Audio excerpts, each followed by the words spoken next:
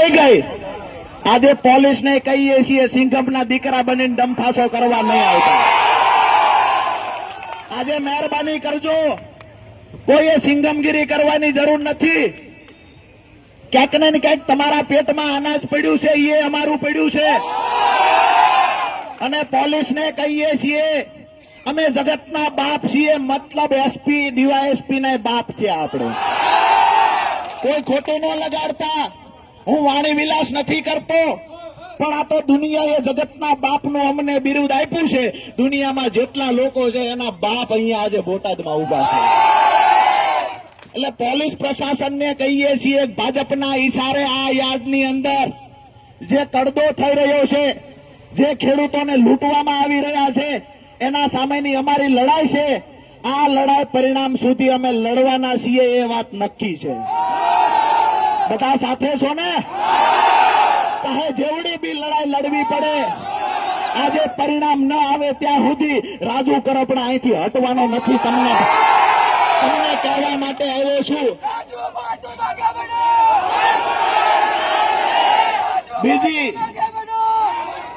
બીજી મહત્વની વાત એક કરી દઉં, યાર્ડના સત્તાધીશો કેટલા દૂધે ધોયેલા એની ટૂંકી વાત કરું। અહીંયા દુકાનોની ઉપર ગોડાઉનો બનાવે છે, બજારમાં વેચવા જાય તો 25-25 લાખ રૂપિયા ગોડાઉનના મળે। અહીંયા 10 લાખ રૂપિયામાં ગોડાઉનો આપી દેવામાં આવ્યા, 3.5 લાખ રૂપિયા એક ગોડાઉન દીઠ યાર્ડના સત્તાધીશોએ ગેરકાયદેસર એમના ખિસ્સામાં નાખ્યા છે। બીજી વાત કરું કે ઇન્સ્પેક્ટરની જરૂર નહોતી। આ તો ઘણા કહેતા હોય બોટાદ માર્કેટિંગ યાર્ડ બીજા નંબરનું યાર્ડ છે। હા,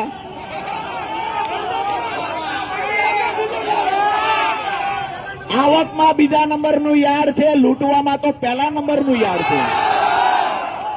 અહીંયા ઇન્સ્પેક્ટરોની કારણ વગરનું ક્લાર્કમાંથી પ્રમોશન ઇન્સ્પેક્ટરને આપવામાં આવ્યું, એ પૈસા લઈને પ્રમોશન આપ્યું અને નવી ભરતી ઉભી કરી।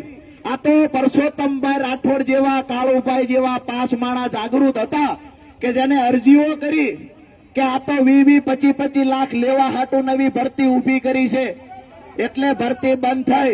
પણ આવનાર સમયમાં એ લોકો ફિરાકમાં છે કે અમે ક્લાર્કની ભરતી કરાવશું। એને કહીએ છીએ આ માર્કેટિંગ યાર્ડ અમારા બાપનું છે, કોઈ સત્તાધીશોના બાપનું નથી। આ ખેડૂતોની સંસ્થા છે અને અમારી સંસ્થા બચાવવા માટે અમે લડીશું। તમે આસિસ્ટન્ટ સેક્રેટરી તરીકે પ્રમોશન કોને આપ્યું છે એનો હિસાબ માંગશું હમણાં આજે। તમે સોલાર વાળાને કામ આપ્યું, બજારમાં જે કિંમતે સોલાર પેનલ મળતી એના કરતા 7 ગણી વધારે કિંમતે સોલાર પેનલ નખાવાનું કામ કર્યું। ઓલી ગાડીનું નામ શું? કિયા કાર્નિવલ। 44 લાખ રૂપિયાની ગાડી લાવ્યા ને એના હગાને 17 લાખમાં દઈ દીધી। આ સંસ્થાના પૈસા હતા, આ અમારા ખેડૂતોના પૈસા હતા। તમને એવું હતું કે કોઈ હિસાબ માંગવા નહીં આવે, હવે જગતનો બાપ જાગૃત થઈ ગયો છે, હિસાબ માંગીશું। અહીંયા જયારે સીસીઆઈ ના કપાસ